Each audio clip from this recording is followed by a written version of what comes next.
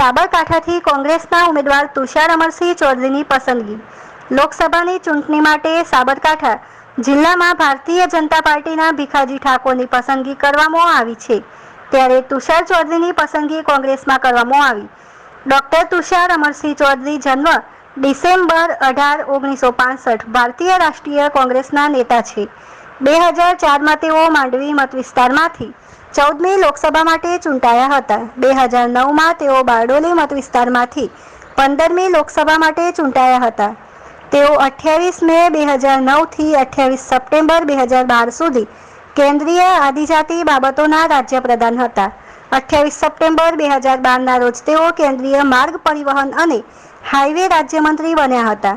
2022ની ગુજરાત વિધાનસભા ચૂંટણીમાં તેઓ ખેડબ્રહ્માની બેઠક પર ચૂંટાયા હતા। રમેશ નાયક, ગુજરાત નિર્માણ।